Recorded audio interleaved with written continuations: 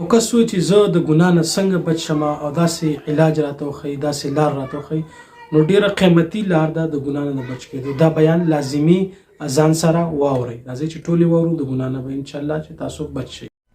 یو ورور کړی دی، یو ډېر قیمتي سوال دی. او هغه سوال دا دی چې زه به د ګناهونو نه ځان څنګه صبر کومه.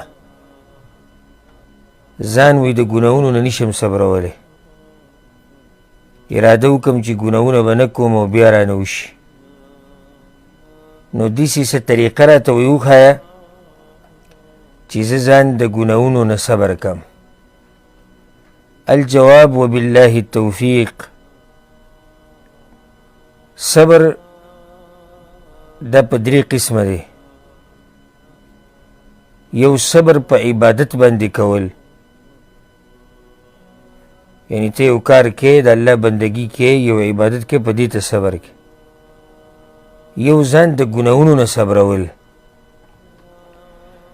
ځکه چې دا نفس او دا خواهشات دا خو دغه طرف ته مایله کېږي او شیطان به دې هغه طرف ته راکاږي او ته به ځان صبرې.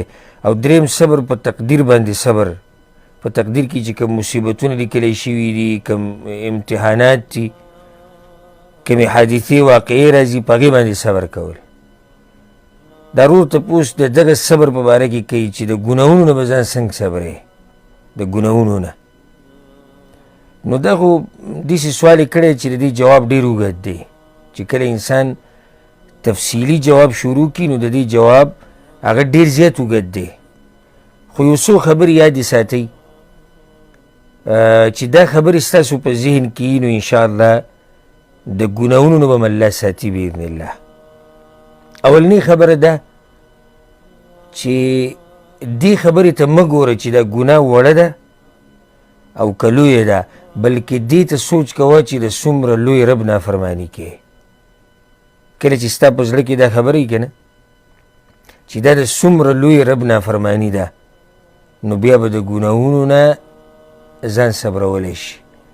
کله م شیطان تا ته وسوسه راواچوي او نفس تا یو طرف ته راکاږي چې هغې کې د الله نافرماني، نو مخې ته دا خبره راوله چې څومره لوی رب ماته ویلي چې دا کار مه کوه. دویمه دا خبره یاده ساته، مراقبة الله. حالانکه دا اولنۍ خبره هم په دې کې راځي. مراقبة الله مطلب د الله لحاظ، د دې خبرې خیال ساتل چې وګوره الله معیني، الله زما اوري او زه به څنګه د هغه رب نافرماني کوم. اوس چې کله یو کس په یو کمپنۍ کې کار کوي یا په یو اداره کې کار کوي او په ده باندې مشران وي، هغه مشرانو ته دا کار به نه کوې، دا کار به نه کوې، دا کار به نه کوې. دې کیدی نشي چې دا مشران دي هغوی د حاضري او دی د هغوی په مخ کې د هغوی نافرماني وکړي. حالانکه هغه یو انسان دی د ده په شان، خو صرف په مرتبه کې او په رتبه کې د ده نه مشر دی او دی نافرماني مخامخ نشي کولی. نو څنګه د هغه الله نافرماني ته کوې او هغه تعیني او هغه ستا اوري. حیا پکار دی د الله نه چې کله م شیطان تاله دعوت درکوي د ګناه طرف ته، نو د الله نه حیا کوه. او دا خبره مخې ته راوله چې هغه عظیم رب اوس معیني، اوس زما اوري، زه به څنګه هغه څه کوم چې د هغه نه دي خوښ، زه به څنګه هغه څه ویم چې د هغه نه دي خوښ او هغه ته زه منع کړی یم. درېیمه خبره دا یاده ساته، د ګناه انجام،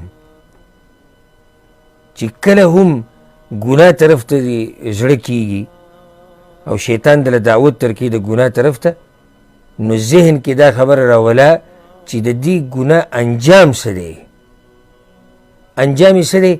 د الله سبحانه وتعالی غضب. انجام یې څه دی؟ هغه د آخرت تباهي. انجام یې څه دی؟ د دنیا تباهي. نو چې دا خبرې کله ستا مخې ته یي، نو بیا به د ګناه نه ځان ساتلی شي. یاره زه دا ګناه کوم، خو د دې به انجام سره وځي. انجام دا دی چې عرش والا رب به دنه ناراضه کېږي. څومره لویه خبره چې عرش والا رب ناراضه کېږي. خو زه دا ګناه کوم، انجام څه دی؟ انجام جهنم دی. خو زه دا ګناه کوم، انجام څه دی؟ په قبر کې عذاب دی. انجام څه دی؟ دنیا کې ژوند بې برکته.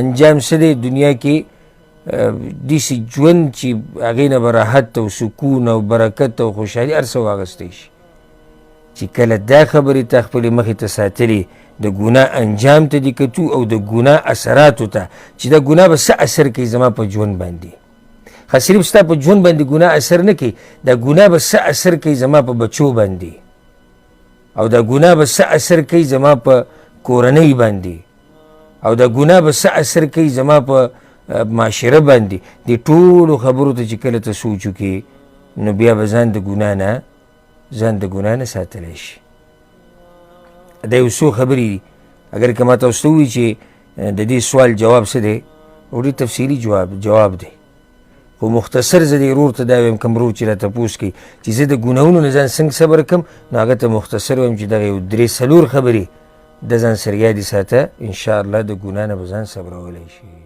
والله اعلم. ښه دا قیمتي بیان چې تاسو واورېدلو دغه شان بیاناتو لپاره تاسو زموږ سره اوسئ. السلام علیکم ورحمة الله.